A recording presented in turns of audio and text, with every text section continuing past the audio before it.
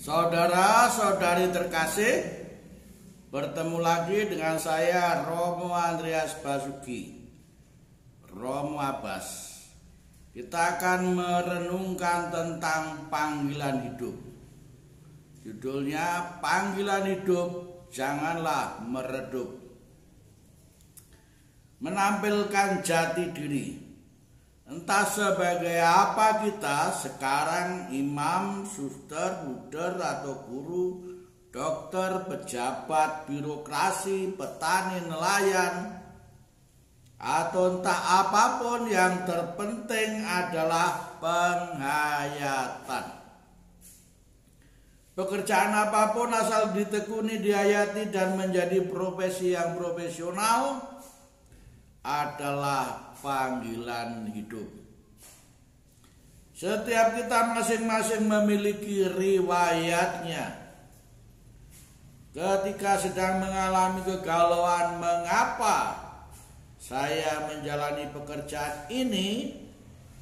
Saya memiliki talenta yang lain. Lalu saya bisa saja berpikiran untuk profesi pekerjaan atau panggilan yang lain. Itu artinya ada orang yang tidak mantap dan teguh dalam panggilan hidupnya. Malah ada yang ragu-ragu, mau pindah, mau keluar, mau mundur. Ada yang saat maju tak gentar, namun mau mundur gemetar. Setiap kali berpikiran untuk pindah haluan, ganti pekerjaan, membayangkan cita-cita yang lain, ada keinginan kuat untuk kembali lagi.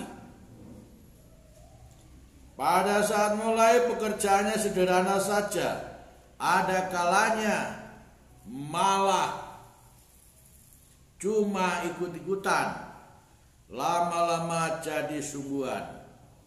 Teman yang diikuti malah keluar dan ganti pekerjaan, profesi, atau panggilan. Dirinya sendiri tidak mau pindah haluan, tetapi mantap meniti jalan yang telah dimulai dan dirintisnya. Berarti arti ikut-ikutan sudah tidak ada lagi dan berganti mandiri, menentukan jalan hidup untuk dirinya sendiri. Panggilan untuk mencintai. Panggilan hidup seseorang misteri. Panggilan dari Tuhan yang memilih dan memanggil. Pilihan dan panggilan memang bukan hanya untuk khas panggilan imam, buder, suster, tetapi sebagai apapun adalah panggilan. Panggilan bukan hanya panggilan mendapat pekerjaan dari instansi tempat melamar kerja atau panggilan tugas dari atasan, tetapi ada panggilan yang atasannya segala atasan, yaitu Allah. Panggilan jenis ini terasa di dalam hati sanubari kita, yakni ketika kita menjadi percaya akan rencana Allah bagi kehidupan kita, yang sudah jauh sebelum dunia diciptakan untuk ambil bagian dalam tugas pelayanan kerajaan Allah. Tugas pelayanan untuk kerajaannya ini pun lagi-lagi bukan khas dalam panggilan khusus seperti imam, buder, suster, melainkan semua orang dengan apapun profesinya. Karena yang inti bukan pada apanya, melainkan bagaimananya kita melakukan pekerjaan itu. Pekerjaan sederhana, kecil, dan biasa, tetapi kita kerjakan dengan cinta yang luar biasa, dengan cinta yang besar, maka menjadi mulia. Dan sebaliknya, pekerjaan yang besar yang dilakukan dengan cinta yang kecil atau malah tanpa cinta menjadi rendah dan malah hina nilainya. Maka suatu pekerjaan akan memiliki nilai yang mulia bila kita dapat melakukannya dengan semangat cinta yang besar. Api cinta inilah yang seharusnya selalu dibangkitkan agar senantiasa terus berkobar dan dijaga agar tidak menjadi redup apalagi padam. Karena semangat, niat, dan tekad akan dapat mempengaruhi dan bahkan menentukan hasilnya. Semangat yang kendor, niat yang setengah-setengah, dan tekad yang tidak bulat akan membuahkan hasil yang tidak matang. Keberanian yang mematangkan. Kematangan akan diperoleh justru ketika saya dan Anda mengalami berbagai tantangan, kesulitan, masalah, hambatan, penderitaan, atau ujian. Sebab ujian terhadap iman menghasilkan ketekunan, dan ketekunan ini yang dapat mematangkan. Bandingkan Yakobus bab 1 ayat 3. Allah tidak memberi kepada kita beban yang ringan atau yang memanjakan kita, supaya kita tidak menjadi manusia yang cengeng dan lemah. Allah memberi kita beban yang berat agar kita menjadi kuat. Maka bila kita berdoa bukan, "Ya Tuhan Yesus, ringankanlah bebanku yang berat ini," melainkan, "Ya Tuhan Yesus, kuatkanlah aku untuk memikul beban yang berat ini." Maka yang dibutuhkan pada akhirnya adalah komitmen, yaitu suatu keberanian untuk memutuskan jalan hidup yang final dan tetap. Sekali sudah diputuskan, menuntut konsekuensi yang besar, yaitu menjalankan apa saja yang menjadi tanggung jawabnya atau tugasnya yang mengikut dan mengikat seturut pekerjaan atau profesi yang kita pilih. Tidak setiap pekerjaan atau profesi adalah panggilan, karena panggilan khusus seperti imam dan biaran-biarati pun bisa saja jatuh nilainya menjadi sekedar karier atau pekerja sosial, bila mana kurang atau tidak berakar pada kehendak sang pemanggil, yakni Allah untuk kerajaannya. Bila di luar panggilan khusus imam bruder suster untuk menjadikan pekerjaan menjadi profesi yang profesional, syaratnya adalah menjalankan sesuai dengan etikanya masing-masing. Misalnya etika bagi bidang kedokteran tentu saja berbeda dengan etika dalam dunia pendidikan dan sebaliknya dan sebagainya. Namun sebagai orang yang dipanggil secara khusus sebagai imam bruder suster, tidak cukup mengikuti pedoman imam atau tarekat, melainkan hal itu harus secara aktual dalam pelaksanaannya secara dan sembari mendengarkan suara sang pemanggil yang berbicara kepada siapapun dalam situasi dan peristiwa hidup konkret apapun. Yang dibutuhkan dari kita adalah kepekaan untuk menangkap sinyalnya, bukan dengan panca indera lahiriah, melainkan dengan hati, telinga, rasa, pikiran, dan rabaan batin. Masuk ke dalam relung hati. Panca indera lahiriah adalah pintu masuk ke dalam ruang batin. Kalau hanya berhenti pada panca indera tanpa masuk ke dalam hati, maka segalanya akan berlalu tanpa kesan dan pesan. Masuk telinga kanan, keluar telinga kiri. Seharusnya dari mulut, hidung, kulit, telinga, dan mata turun ke hati. Bukan hanya mulut lahiriah yang perlu makan, telinga pun butuh makan, yakni telinga batiniah. Seperti disabdakan Allah kepada Nabi Yesaya, Dengarkanlah aku, maka kamu akan memakan yang baik dan kamu akan menikmati sajian yang paling lezat. Sendengkan telingamu dan datanglah kepadaku. Dengarkanlah, maka kamu akan hidup. Yesaya bab 55 ayat 2b sampai 3a. Sajian yang paling lezat, yang bikin sehat dan bukan sekarat, membuat hidup dan bukan redup. Sabda Allah adalah nutrisi bagi jiwa yang gersang di zaman pengap. Oleh sabda-sabdanya, baca info-info di zaman polusi informasi seperti sekarang ini. Kita mesti memasang radar untuk menangkap warta dari Allah, agar dalam menghayati panggilan kita masing-masing tidak redup, malah sebaliknya membuat hidup semakin hidup. Orang Jawa katakan uripku urup. Terkadang antara mata lahir dan mata batin tidak klop.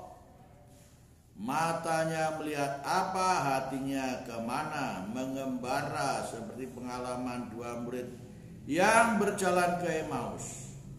Ketika mereka sedang bercakap-cakap dan bertukar pikiran, datanglah Yesus sendiri mendekati mereka, lalu berjalan-jalan bersama mereka. Tetapi ada sesuatu yang menghalangi mata mereka sehingga mereka tidak dapat mengenal Dia. Lihat Injil Lukas 24 ayat 15 sampai 16. Ketika Yesus memecah-mecahkan roti, barulah mereka menjadi sadar. Terbukalah matanya. Bukankah hati kita berkobar-kobar ketika Ia berbicara dengan kita di tengah jalan dan ketika Ia menerangkan kitab suci kepada kita? Lukas bab 24 ayat 32. Semula mereka buta dan tuli hatinya. Orang Jawa memiliki ungkapan semak bathok motong lorok ora dedelok, tertutup tembrung kelapa mata terbuka lebar maka tidak bisa melihat. Mereka terkurung oleh pikirannya sendiri.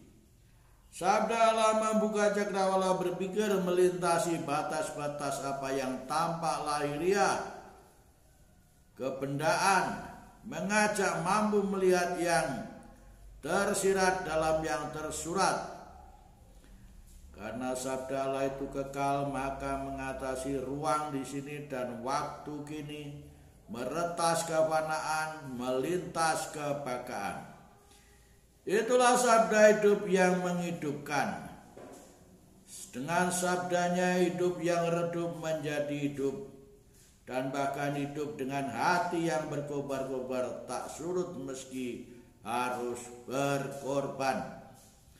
Justru pada saat pekerjaan pelayanan atau pelaksanaannya menuntut korban inilah yang biasanya menghidupkan semangat.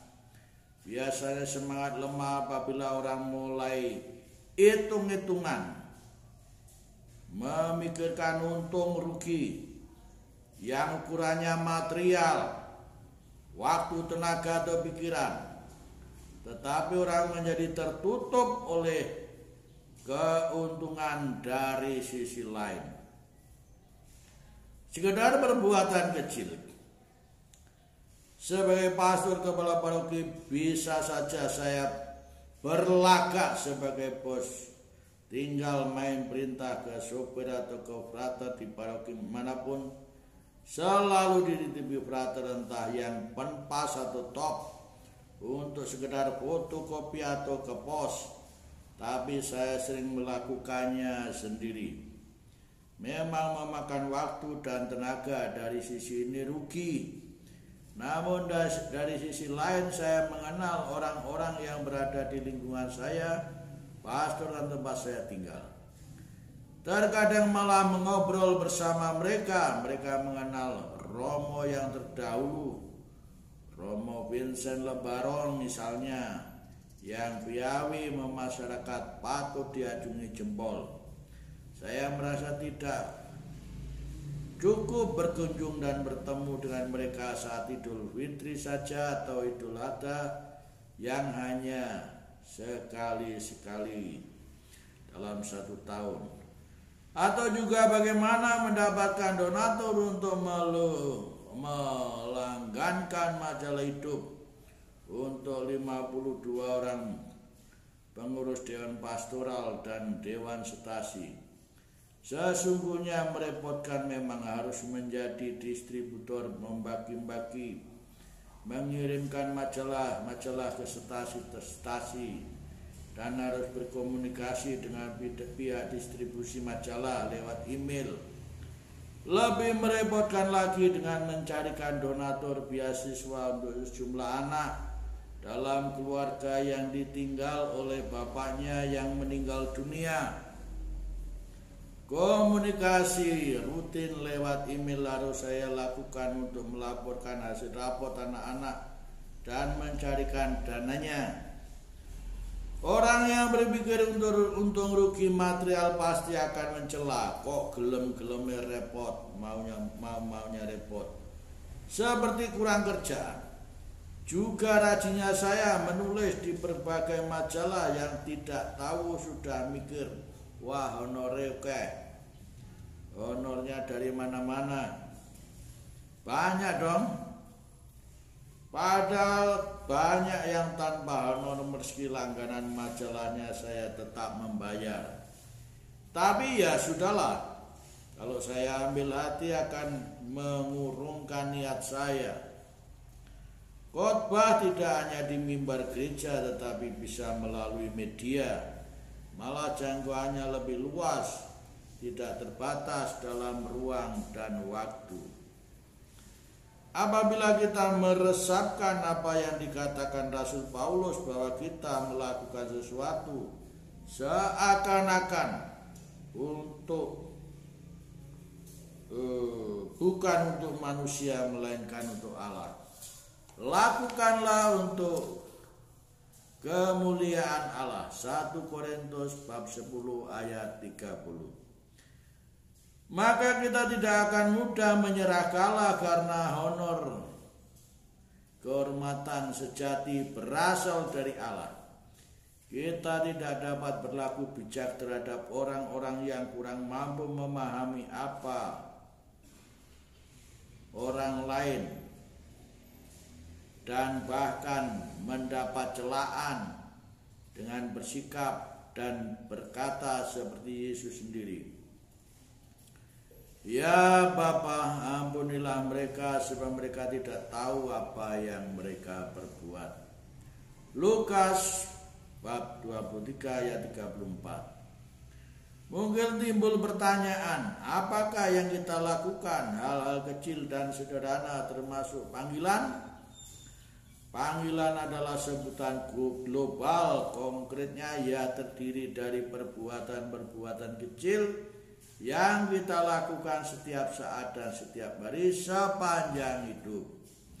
Bisa jadi akan terasa membosankan, namun Rasul Paulus berpesan, janganlah jemu-jemu berbuat baik, karena apabila sudah datang waktunya kita akan menuai jika kita tidak menjadi lemah. Galatia bab 6 ayat 9. Bahkan mantan Rabi Yahudi itu pun mengulangi pesannya untuk sekali lagi. Lihat 2 Tesalonika bab 3 ayat 13. Lawannya kebosanan adalah ketekunan. Rasa bosan itu menyengsarakan, namun kesengsaraan itu menimbulkan ketekunan, dan ketekunan menimbulkan tahan uji. Bandingkan Roma bab 5 ayat 3-4. Rektor Seminari Santo Petrus Pertama, Romo Laurentius Wiryo Darmojo almarhum, pernah berpesan, kalau kamu bisa setia dalam panggilan dalam sehari, Kamu bisa dalam seminggu, dan kalau bisa setia dalam seminggu, bisa setia dalam sebulan, dan akhirnya setahun, dan terus akhirnya seumur hidup. Semoga panggilan hidup Anda dan saya tidak redup, tetapi hidup yang semakin hidup. Tuhan memberkati kita. Amin.